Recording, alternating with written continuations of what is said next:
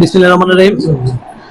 আমরা আজকে বিনাগুটি একটা প্রোগ্রামে আসছিলাম, সাথে আমার প্রিয় বেদন ভাই, যেটা আসলে আমি বেদন ভাইয়ের মোটরসাইকেলে বহুবার উঠছি, কারণ কি এটা মনে হয় আমার বাইক। আর কেন উঠতাম, বেদন ভাই একটা ঠান্ডা মাথার মোটরসাইকেল চালাইতো, আর আমি একটু ভয় পেতাম, যারা আমার বন্ধুরা জানতো। আসলে বহু চেয়ারম্যান অফিসে আমি গেছি, যাওয়ার পরে বিভিন্ন ধরনের অফিসে সাজা বা বিভিন্ন ধরনের অফিস থাকে, কিন্তু আজকে এই অফিসে আসে আমি আর সোহাগ অবাক হয়ে গেলাম যে বেতন ভাই সাবেক যত চেয়ারম্যানরা আছে এদের ছবি বেতন ভাই আপনি বলুন তো, কত সাল থেকে আপনার এই চেয়ারম্যান অফিসটা? ধন্যবাদ আপনাকে। আমাদের এই বিনাউটি ইউনিয়ন পরিষদ হচ্ছে 1937 সাল থেকে। তো তখন থেকে, যেহেতু এটা স্বাধীনতার আগে থেকেই ইউনিয়ন পরিষদ প্রতিষ্ঠিত হয়েছে, সেই জন্য আসলে আমার জন্মের আগে আমরা যতটুকু চেষ্টা করেছি যে সাবেক যত চেয়ারম্যান আছে তাদের ছবিটা যদি সংগ্রহ করে রাখা যায় এইভাবে, বিভিন্ন এলাকাতে বিভিন্ন ধরনের লোকজন আসবে। লোকজন আসলে যদি দেখে যে যারা চেয়ারম্যান হয়েছে তাদের সম্মানার্থে এই ছবিগুলো রাখা হয়েছে, হয়তোবা তাদের জ্ঞাতি গোষ্ঠী বা গ্রামের লোকজনের সাথে বসে বলতে পারবে যে আমার গ্রামের এই চেয়ারম্যান ছিল এত সন পর্যন্ত, বা আমার গোষ্ঠীর লোকজন বলতে পারে আমার গোষ্ঠীর, আমার বাড়ির, আমার ছোবা, এই জিনিসটা বলতে পারে। এই জন্য আমরা সুন্দরভাবে সংরক্ষণ করে রেখেছি, যাতে জিনিসটা আসলে স্মৃতি হয়ে থাকে। এই স্মৃতির আসলে দরকার। যেমন আমি মারা গেলে আমার পরবর্তী প্রজন্ম যারা আছে তারা যদি আসে, আমার ছবি যদি থাকে, বলতে পারবে যে আমার বাবা, আমার দাদা বা আমার চাচা, এই ছবিটা আমার গ্রামে।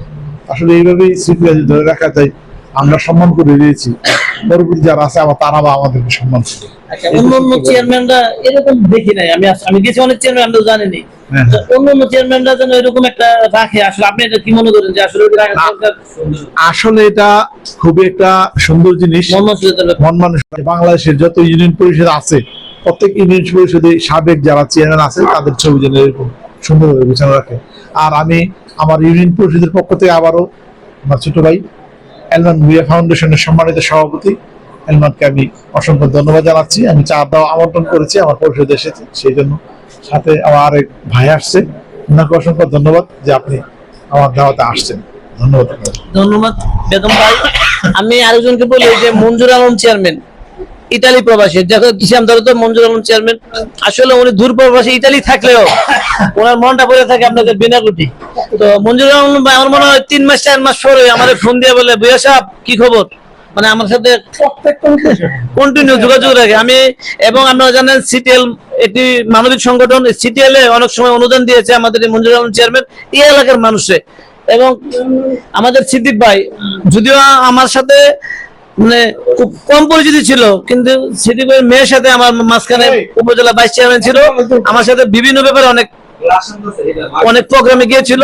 ওই আপা অনেক খুব ভালো মনের মানুষ। তো যারা এরকম পুরনো চেয়ারম্যানদের ছবি বা বেদন ভাইয়ের যে একটা মন মানসিকতার ব্যাপার, আমি আসলে অনেক চেয়ারম্যান অফিসে গেছি, যেভাবে সাবেক চেয়ারম্যানদেরকে ধরে রাখে, আমার আসলে এটা খুব মনে হয় বাংলাদেশে কয়েকজন মন মানসিকতার চেয়ারম্যান আসলে আমি জানি না। তো বেদন ভাইয়ের জন্য সবসময় এলমান ভাইয়া মানবিক ফাউন্ডেশন এবং অগ্রবাহী সাহিত্য সংগঠন সিটিএল এর ব্যানারে এই বেদন ভাই অনেক অসহায় রোগীকে 5,000 10,000 প্রত্যেকটি প্রোগ্রামকে আমার মনে এই এলাকায় দিছে। তো বেদন ভাই তো ধন্যবাদ, আপনি চাপ দেওয়া, আমরা যারা আসছি দোয়া করেন আমাদের জন্য। আসসালামু আলাইকুম।